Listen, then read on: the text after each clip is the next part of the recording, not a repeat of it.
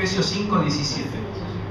Le venía preguntando al Señor, como que uno termina el año y lo termina tomando un montón de decisiones. Bueno, como iglesia tenemos que tomar decisiones que nos presionan, ¿no? que nos ponen incómodos, distintas cosas. Entonces yo le decía, Señor, pero yo me quiero gozar, porque no hay nada peor. Y esto se los digo a todos ustedes porque cada uno en su tarea lo tiene que reflejar. Que un líder o alguien que esté haciendo una tarea, que por causa de lo importante de la tarea se vuelva un líder malhumorado, mandón, que reprocha, que nunca tiene una palabra de bendición. ¿Se entiende lo que quiero decir? Eso es lo opuesto al gozo. Cuando uno está gozoso, uno recibe siempre al que viene, mucho más a un hermano en la fe, con esa gratitud, con una sonrisa. Aún si en realidad nos estamos reuniendo para hacer algo que en realidad me presiona y en realidad algo que hay que solucionar, no importa, porque estoy gozoso igual. Entonces hoy está sucediendo, y es lo que nosotros no tenemos que permitir, que cuanto más crece una congregación, crecen los problemas también, hay más gente, más problemas, entonces aquellos que están encargados de ministrar gente se vuelven personas malhumoradas, se vuelven personas que están en una posición de liderazgo y ¿qué hacen? ¿No? Desde ahí arriba contestan, dan órdenes, porque tienen claro lo que tienen que hacer. Pero si perdiste el gozo del Señor, entonces perdiste tu fortaleza, porque el gozo del Señor es nuestra fortaleza. ¿Amén? Por lo tanto, dice ahí el versículo 17, no sean insensatos, sino entendidos de cuál sea la voluntad del Señor. Así que quiero hacerte, o que vos recrees en tu mente, dos columnas bien claras para que entiendas a lo largo de lo que va a ser 2015 qué es ser un entendido y qué es ser un insensato. Pablo nos pone estas dos columnas. No sean, como dice, no sean insensatos, sino entendidos. Por eso quiero decirte, y algunos sabrán de qué estoy hablando, que el año 2014 fue un año de posicionamiento. Año de posicionamiento. ¿Qué quiere decir esto? Donde vos llegaste a Cristo, llegaste a esta congregación, a los tumbos, ¿no? Llegaste cachetazo de acá, cachetazo de allá, y llegaste. Ahora el Señor, cuando llegás, muchos dijeron, yo llegué porque le pedía determinada cosa, y siempre lo desafiante y lindo es que Dios empieza por aquella otra cosa, ¿no? Vos le decís, Señor, yo lo que en realidad necesito es a mi familia, y el Señor te muestra que con tu carácter no podés soportar a tu familia, ¿no? Que la vas a echar a perder aunque Él la sane, o sea, necesitas cambiar vos, y ahí donde siempre digo la luz de Cristo, que vos querés que la alumbre en todos lados, ¿no? Siempre salimos a la calle y decimos, bueno, la luz de Cristo, y después nos damos cuenta que la luz de Cristo es un reflector tipo 360 grados que en un momento da toda la vuelta y me enfoca así en la cara, y se me ven todas las imperfecciones. Cuando se me ven todas las imperfecciones me doy cuenta de que antes de pedir que cambie mi familia, mi esposa, que cambien mis hijos, el primero que debe cambiar soy yo. Y eso es lo lindo, porque conforme vos vas cambiando, los demás van aprendiendo de tu testimonio y también van cambiando. Entonces, si tu oración estaba centrada a comienzo del año, cambia a esta persona, transformalo, que vuelva transformado, que si no es así, que no vuelva, que no venga. Todas las cosas que dijiste, en realidad te diste cuenta que el reflector giró y te apuntó de lleno y empezó tu cambio. Y me encanta porque por meses no pudiste decir nada de aquella otra persona que querías que cambie, porque en realidad tuviste que darte cuenta que tenías que ocuparte de vos. Así que el entendido es alguien que entiende precisamente lo que Dios quiere hacer en su vida. Ahora lo vamos a ver. Este año que está terminando es como si fuera un año de ajuste. Dios nos encontró con las tuercas sueltas, algunos tuvimos que salir a comprar las tuercas, ¿no? Porque vieron cuando algo anda tan suelto, las tuercas se terminan saliendo. Y tuvimos que salir a comprar una tuerca y bueno, empezamos a ajustar y hoy ya se sienten ajustados. Así que en este año de ajuste, ¿qué pasa en las temporadas de ajuste como las de este año? Algunos pasaron por todas las sensaciones, no me dejan mentir ustedes. Euforia, pasión, entusiasmo, desánimo, duda, replanteos, ¿no? Algunos arrancaron allá arriba, después tuvieron, una vez, me acuerdo, en uno de los primeros estudios bíblicos, se le trajo una proyección donde mostraba, no sé si era una bicicleta Sí, un chaboncito de una bicicleta que yo tenía que nadar y él se enojaba. Claro, o sea, él decía, nuestro plan, decía, ¿no? Lo que nosotros queremos, un camino recto, autopista, y el plan de Dios, y era eso que ella dice, ¿no? De pronto había que soltar la bici, nada, de pronto, porque la vida en el Señor es así, el que les prometió y les dijo que la vida en el Señor era que todo salía de taquito, les mintió. Que todas las cosas nos ayudan a bien, no significa que todo sale como vos querés o vos pretendés. Pero espera, cuando pasás esto en tu andar cristiano, esta temporada de ajuste, es porque tu carácter está siendo pasado por el filtro de Dios. Siempre el Señor termina hablándonos de lo mismo. Ustedes no saben la importancia del carácter. Una de las primeras frases que yo les dije a ustedes, porque lo primero que empiezan a descubrir cuando leen la Biblia, y siempre les hablamos de servicio, es yo quiero saber dónde servir, yo quiero saber cuál es mi ministerio. Y a mí me parece una queja genuina, me parece bien que me insistan a mí en abrir, me encanta porque quieren abrir orfanatos, hospitales, todo lo que se les ocurre lo quiere abrir, me parece bien. Lo que yo digo automáticamente que pasa es que Dios, en vez de hacer todo eso, te muestra que más importante que el ministerio es el ministro. El ministro.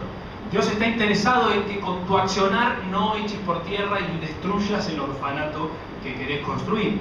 Porque es muy fácil de pronto que Dios te mande los recursos para hacer algo. Eso no es difícil. Lo difícil es que tu carácter esté preparado para soportar la obra que tenés que llevar. Porque levantar esas grandes obras, ¿se acuerdan de los estudios bíblicos que vimos a quién era el que trajo el Evangelio a la Argentina? Eso lo tienen que tener bien claro. No me digan Cristóbal Colón, por favor. Diego Thompson, que era un colportor, un tipo que llevaba literatura. Y él terminó, ¿se acuerdan? Fundando más de 100 escuelas y les enseñó a los chicos de la Argentina a leer con el Nuevo Testamento. Impresionante. Pero él tenía que ser un instruido. ¿Y saben las presiones que habrá soportado él en aquella época? Bueno, para tener grandes obras hay que soportar grandes presiones. Y para soportar grandes presiones, solamente un carácter refinado por el Espíritu Santo lo puede soportar.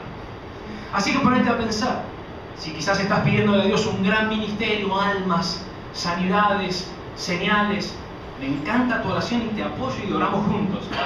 Pero date cuenta que el Señor primero va a hacerte una radiografía.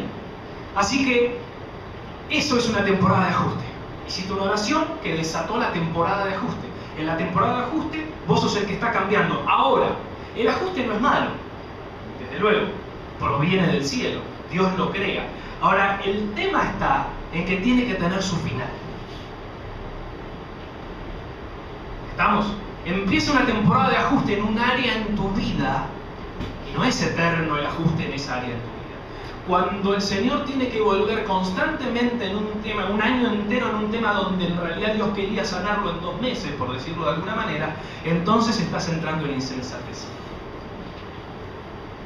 Entonces no podés comprobar cuál es la voluntad de Dios. ¿Me siguen lo que estoy queriendo decir? Esa temporada de ajuste, como es justamente una temporada, tiene un principio y tiene un final. El único que dilata el final sos vos. No es el Espíritu Santo, que dice, no, la verdad tengo ganas de tratar este tema en un año entero.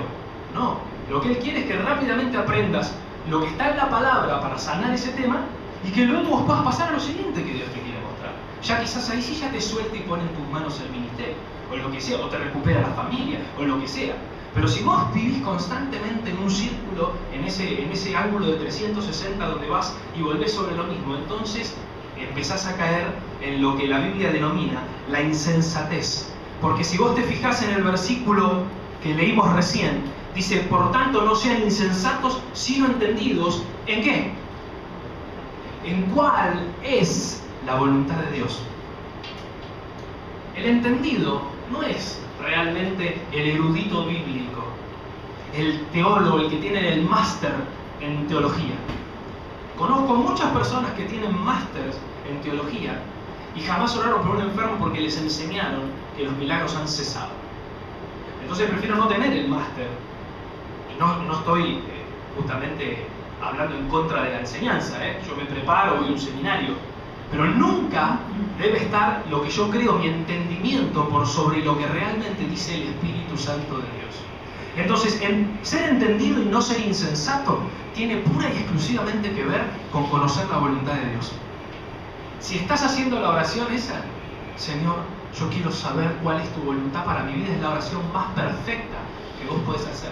Obviamente que es una oración que desata un montón de cosas, como dijimos antes, porque la voluntad de Él, como lo decía Ruth al comienzo, que lo hablamos en otra reunión, cuando yo dejo mi gobierno para que gobierne Él, es Él el que entra a mi vida, hace y deshace. Me saca lo que menos espero que me saque, y a veces me da lo que menos espero recibir. Muchas veces el Señor hace eso. Ahora, cuando lo recibo y en vez de quejarme lo acepto y veo que los días pasan, me doy cuenta y digo, Señor, eso que me diste era lo mejor que podía recibir, y aquello que me sacaste, que yo creí que era lo mejor que me podía sacar. El entendido entiende que siempre la voluntad de Dios es lo mejor que te puede pasar en la vida. Cuando no sabes cómo orar, cuando no sabes si pedirle o no pedirle determinada cosa al Señor, pedí que se haga la voluntad de Él, y luego Él te va a empezar a revelar qué es para empezar a orar más precisamente.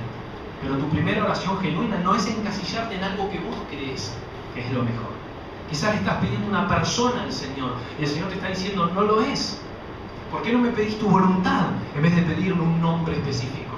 Quizás le estás pidiendo un empleo, le estás pidiendo un trabajo a Él, y Él te viene y te dice, pero ¿por qué no me dejas a mí? Que en vez de vos decir cuáles son los términos del trabajo, yo te muestre cuál es mi voluntad. Porque contaba recién justamente Darío que él no cambió ni siquiera de trabajo, simplemente lo que cambió fue las prioridades de su vida. Y ahora, gracias a Dios, lo veo en la cancha todos los sábados. Gracias a Dios. Antes no podía.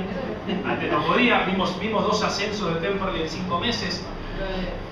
Celestial. ¿Qué quiero decir con esto? No tenía el tiempo para eso. El jueves a la noche está desde el principio, no se tiene que ir rápido. Está ahí, puede estar. Y la plata ahora sobra, pero ¿cómo si no son menos horas? No funciona. Y ayer hablábamos con un hermano y le decía, bueno, vos asegurate de estar funcionando en tu economía en el sistema del reino de Dios. Obviamente hicimos números para ayudar a salir de esa economía que por ahora era deficitaria. Pero también dijimos, hay que funcionar en el sistema del reino. No se crean que solamente por hacer bien los números vas a poder progresar. La verdadera prosperidad está en confiar en el sistema del reino de Dios. Y ahí, bueno, el testimonio de Noé fue exactamente ese. A principio de año, bueno, me acuerdo la charla en el living de nuestra casa. ¿Y pero cómo hacemos para comprar todo lo que necesitamos comprar? Y miraba, pensaba en la lista y ya de solo pensarlo cambiábamos de tema. Hablábamos de otra cosa. Y hoy no sé qué porcentaje de cosas tiene y el Señor lo sigue sorprendiendo. Es decir, la mejor odontóloga que tenía Darío, nosotros estábamos orando por ella porque quería quedar embarazada. Quedó embarazada, obviamente después de trabajar, y Dios nos mandó a otra odontóloga con la misma cantidad de trabajo que el Señor suple todas las cosas. Fíjense qué importante orar por aquel que te da tu sueldo. Estamos muy acostumbrados a veces en nuestras familias a criticar al jefe, ¿no? Almorzar. Cenamos jefe en casa, ¿no? Volvemos de casa y le damos al jefe porque nos trata así. Y el Señor te dice algo muy claro. Yo elegí a Él para darte tu sueldo mes tras mes.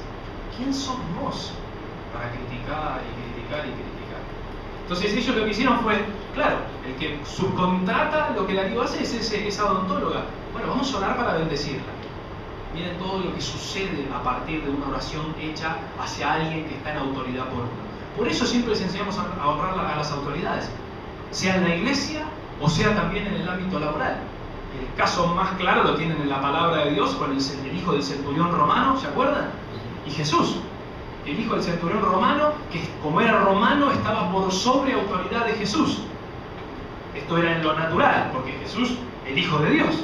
Y sin embargo, cuando él dice, bueno, voy, Jesús le dice, vos voy allá, así puedo imponer mis manos. Dice, no hace falta, decí la palabra. Como yo agarro a la gente y digo, anda y hace tal cosa. ¡Wow! Y el Señor fue una de las pocas veces que dijo, esa fe yo no la vi en ningún lado. Amén. Así que el entendido versus el insensato es aquel que comprende la voluntad de Dios. Ahora quiero que miren el versículo siguiente, porque parece no tener nada que ver con esto. ¿Qué dice el 18? No se embriaguen con vino, en lo cual hay disolución. Antes bien, sean llenos del Espíritu. ¿Qué tendrá que ver esto, no? Con nosotros? ¿Por qué te hablé al comienzo y te dije que el 2015 es año de gozo? Porque en la Biblia, las veces que se menciona el vino, habla del gozo, habla de lo que le trae el gozo a la vida. Recuerden que para aquel entonces, donde no había, desde luego, la amplitud de bebidas que hoy tenemos, poder tener una cena con vino era algo especial, era algo realmente distintivo. Y el Señor lo que quiere siempre que habla del vino, cuando habla en su buen sentido, no cuando habla de la parte mala que es el exceso, recuerden esto, que la Biblia no condena el alcohol, sí condena la borrachera. Estamos con eso, ¿no? No somos legalistas de decir no se puede beber una gota de alcohol, aunque si uno tiene problemas con eso, debe abstenerse, no debe jugar con ningún límite. Pero lo que sí condena la palabra de Dios es la borrachera. Por eso Jesucristo mismo, su primer milagro fue una fiesta y él bebió ese vino de la fiesta, pero como dice la palabra de Dios que él no pecó en nada, por supuesto sabemos que él no se emborrachó. Así que en el embriagarse con vino hay disolución. Y miren de vuelta las dos, parece no tener que ver. Miren las dos columnas. El insensato se embriaga con vino y el entendido deja que su vida sea llena del Espíritu Santo. Y acá es donde me gusta lo que va el apóstol Pablo, porque yo lo que quiero que vos entiendas es que tu verdadero gozo tiene que estar por el Espíritu Santo. Tu verdadero gozo tiene que ser por el Espíritu Santo. ¿Qué es lo que más emoción te da? ¿Qué es lo que más te hace reír en la vida? ¿Qué es lo que más disfrutás? Porque de eso se trata la justicia de Dios. Yo se los dije a algunas otras reuniones, donde le dije a ustedes, yo me tengo que fijar, una vez lo hablamos, acá está junto a mi papá, y lo hablamos alguna vez de cómo ser apático delante de la presencia de Dios. Si nosotros cuando nos cruzamos entre nosotros con el afecto que tenemos nos abrazamos, ¿no? Y nos saludamos fraternalmente, y a veces delante de Dios estamos cantando a Dios, estamos tibios así como... ¿Qué clase de justicia puede ser si aquel que lo dio todo, y como te dije más temprano, te conoce por tu nombre, vos no haces fiesta delante de él? Pero cuando ves a un ser humano, un simple ser humano, como a pesar, mi papá es un simple ser humano a pesar de ser mi papá, yo me abrazo y festejo con él.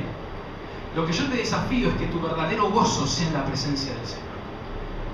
Que lo que te haga reír cada mañana cuando vos te levantás es saber que el Espíritu Santo vive en vos. Es poder mirar hacia abajo y decir, ¿cómo puedo yo, tan imperfecto que soy, ser templo de ese Espíritu Santo divino?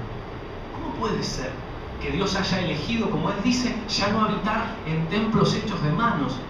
Se cansó de los ladrillos el Señor, ¿no? Se cansó de la construcción porque ese no era su diseño original. Su diseño original es que todos fueran reyes y sacerdotes, ¿no? ¿Se acuerdan que lo hemos visto? Y ahora que vos sos un sacerdote, simplemente mirás para adentro y decís, soy un portador del Espíritu Santo.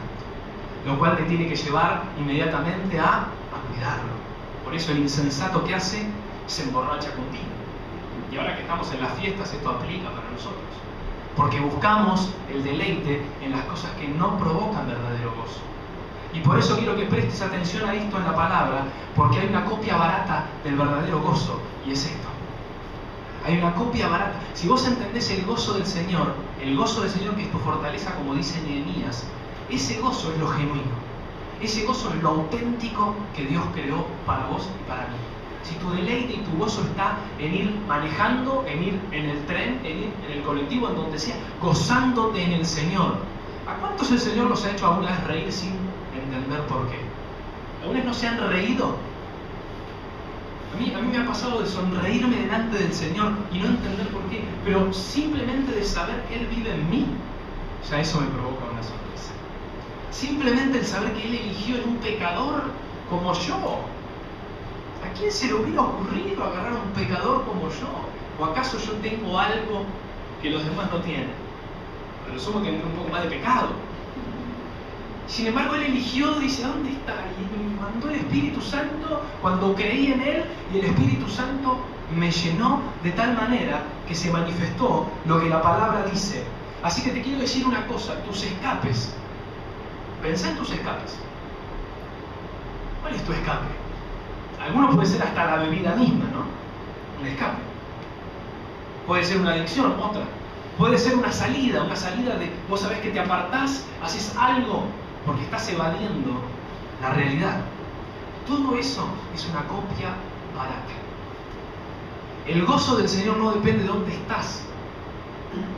El gozo del Señor depende de que donde vos estás, el Espíritu Santo te llena continuamente. Por eso Jesús, ¿se acuerdan de esa predicación donde les dije que Él dijo, el que cree en mí, de su interior van a correr los ríos de agua viva?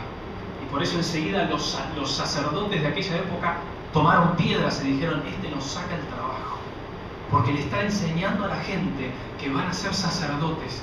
Y por eso la acotación de Juan después dice, esto dijo del Espíritu Santo que iban a recibir los que creyesen en Él. Entonces, esa es la verdad de nuestra vida. No necesito un mediador, porque Cristo fue el que me dio en la cruz del Calvario. Ahora el Espíritu Santo mora en mí y no hay nadie que me provoque tanto gozo y tanta felicidad como el Espíritu Santo en mí. Podrá pasar a mi lado lo que sea.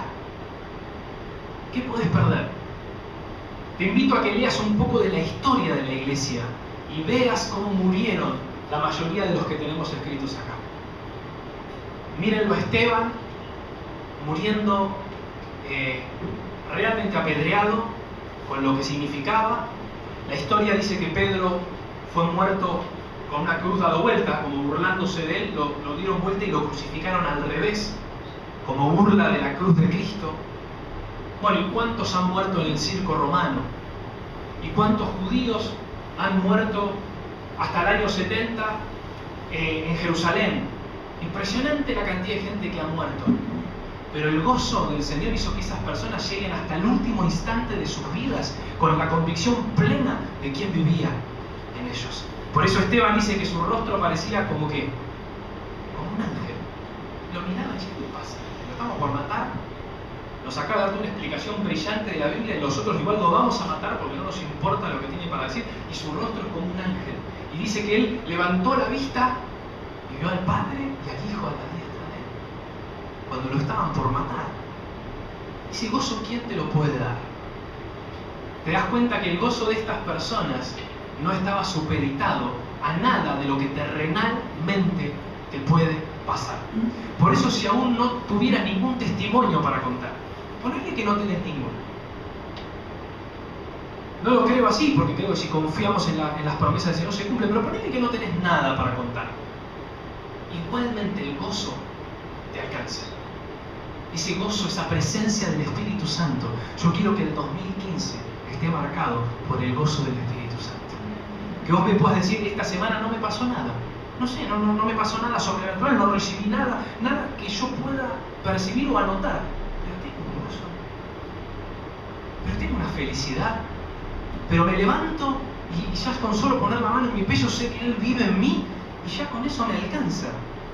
Y por eso el versículo 19 dice, miren, el 18 termina diciendo que no se embriaguen con vino y sean llenos del Espíritu Santo. Y el 19 dice, hablando entre ustedes, en una iglesia gozosa, con salmos, con himnos y cánticos espirituales, cantando y alabando al Señor en sus corazones. Acá está la llenura del Espíritu Santo operando en ustedes.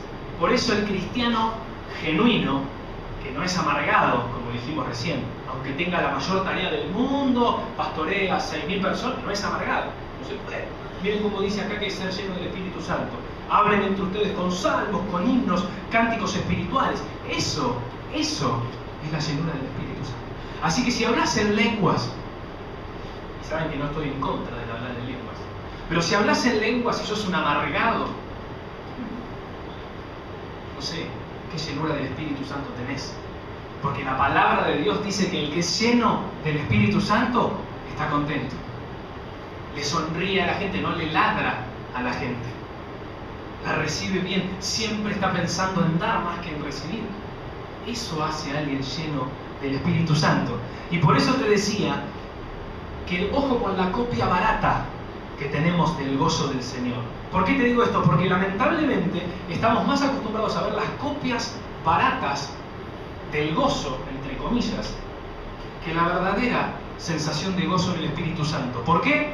Porque la manifestación de gozo que plantea Pablo de la embriaguez es precisamente la de un borracho en un bar. ¿Se dieron cuenta ustedes de eso? Fíjense. Hablando entre ustedes con salmos, el otro día miraba El secreto de sus ojos. ¿La vieron? Está Franchella en el bar, justamente canta, ¿no? Es como la misma sensación, aparentemente. Porque justamente les dice, no se emborrachen, no tomen vino hasta emborracharse. Sean llenos del Espíritu Santo. ¿Y sabes qué te hace lleno del Espíritu Santo? Esto, cantar genuinamente, adorarlo. No una alabanza guiada donde... ¿Ustedes se imaginan la iglesia primitiva esperando que les digan, muchachos canten, muchachos ahora se callan? ¿Se imaginan un culto? La palabra culto, ¿no? Que me da un poquito de... Un culto de la iglesia primitiva. ¿Se lo imaginan así, estructurado? Cuando Pablo tiene que agarrar a los corintios, que eran el extremo, ¿no? de lo descontracturado, les tiene que decir, pongan un poquito de orden, pero al final les dice, bueno, hablen en lenguas, canten, profeticen de a 2 o 3. ¡Qué lío que había en esas iglesias en Corinto! Sin embargo, esa iglesia llena de dones, le faltaba ajustar algunas cosas, pero cuando las ajustara, era la iglesia justamente que el Señor quería ver. Una iglesia llena de gozo, una iglesia donde no les hace falta ninguna copia barata. No me hace falta el alcohol, no me hace falta la droga, no me hace falta las sensaciones extremas, no me hace falta mi salida con tal persona como para sentirme vivo. Más vivo puedo estar únicamente con el Espíritu Santo de Dios. Entonces yo quiero que hoy te lleves en esta tarde simplemente el gozo del Espíritu Santo. Lamentablemente esta manifestación hoy en día cada vez se ve menos, porque vemos a muchos cristianos que dicen tener la llenura del Espíritu Santo, que la hemos, como dije, encerrado en las 4 paredes del hablar en lenguas desconocidas. Nos han hecho creer que solamente el que es lleno del Espíritu Santo es porque habla en otras lenguas. Repasen la Biblia y se van a dar cuenta que esto no es verdad. Conozco mucha gente llena del Espíritu Santo con un testimonio valiosísimo que no habla en lenguas.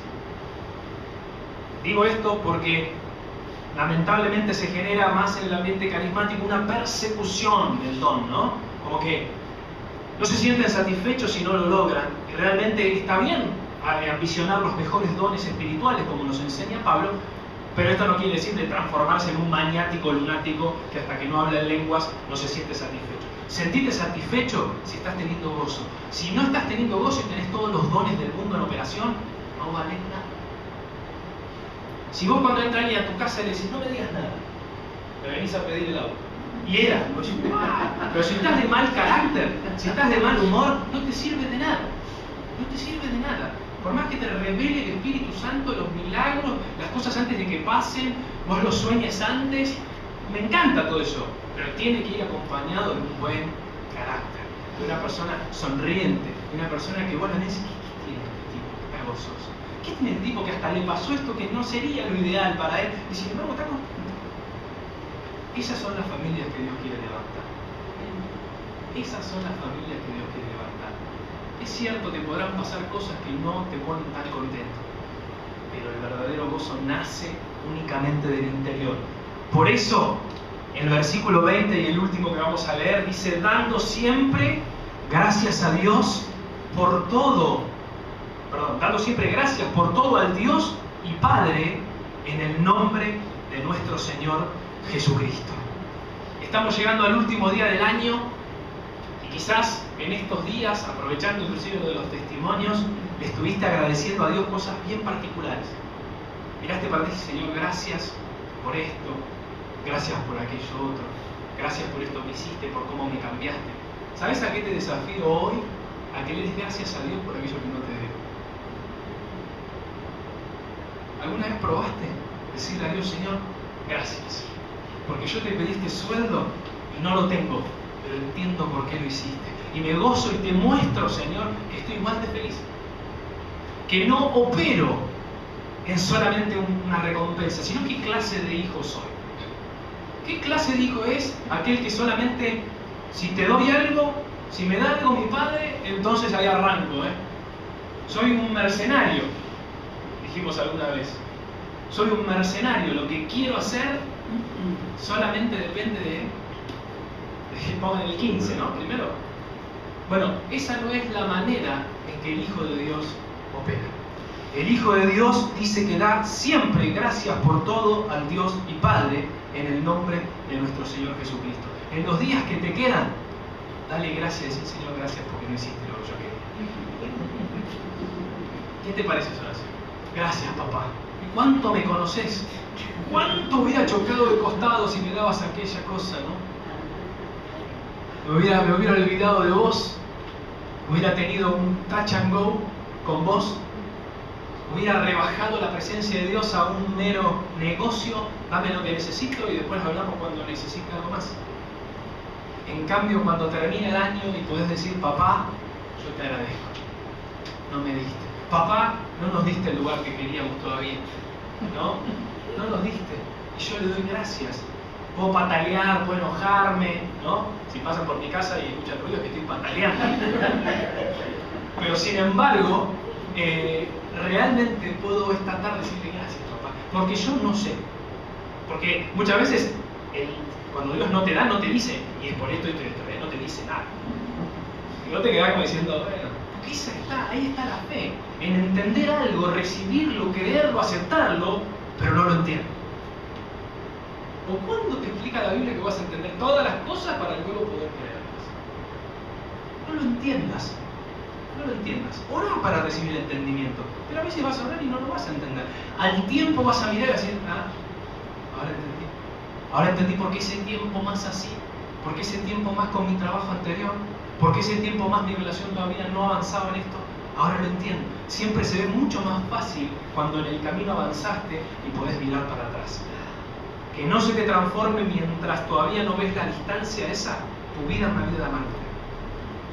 No pierdas el gozo. Si no perdés el gozo, entonces ganaste la batalla.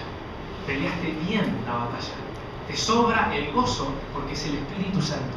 Así que la llave que abre la puerta de aquello frenado es tu actitud al no recibir lo que vos pensabas. Esa es una llave. El gozo es una llave. Pensá en una llave que abre muchas cosas. Y eso es el gozo. Cuando Dios te dijo no y vos no entendiste, pero te gozaste de igual manera. ¿Están confiados en que el 2015 puede ser así? Que el gozo va a estar por ese, porque ya te digo, no van a ser todas buenas noticias de 2015. No hace falta que te lo diga. Todas buenas noticias no van a ser. Todas tus oraciones, y no sé si van a ser todas iguales a lo que vos pensabas. Pero sí puedo decirte tranquilamente y confiadamente que el Señor es tu ayudador. Y que los que confían en Dios no tendrán falta de ningún bien.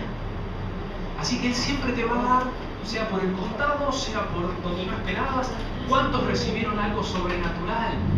Precisamente de un lado que no esperaban. De un lado que no esperaban. Hasta aún de los corazones más duros. Que digan, este que me va a traer. Si este siempre. Sin embargo fue el que quizás era económico, sacó así y dijo, yo me encargo. ¿Cuántos recibieron tiempo de alguien que no te daba nada de tiempo? Y justamente del lugar donde menos lo esperabas. Así que no le pongas a Dios el ajuste vos de la oración como Él la tiene que responder. Vos simplemente pedí, papá, hacé tu voluntad, que como dijo el salmista David, hacer tu voluntad me ha agradado. Hacer tu voluntad me ha agradado. Por eso algunos cuando me preguntan a mí, pero ¿cómo la vida cristiana? Ustedes no fuman, no toman, no salen a bailar, creen que la pasamos mal, creen que es horrible, aburrido. No, para nada, yo me siento feliz así porque hacer la voluntad de mi papá me agrada. Me agrada. Hasta es más barato, les voy a decir. Porque aquellos que tienen 2 o 3 mujeres, ¿no? Tienen un poquito de plata acá, un poquito de plata allá, y digo, ¿cuánto hay que laburar? Mucho más de lo que trabajo yo, en cambio yo tengo una sola. Entonces, es más fácil. En serio, es más barato hacer la voluntad de Dios. En todo sentido, desde el costo espiritual hasta el costo material. Entonces, hacer la voluntad de Dios te va a agradar en todas las áreas de tu vida. ¿Amén? Amén.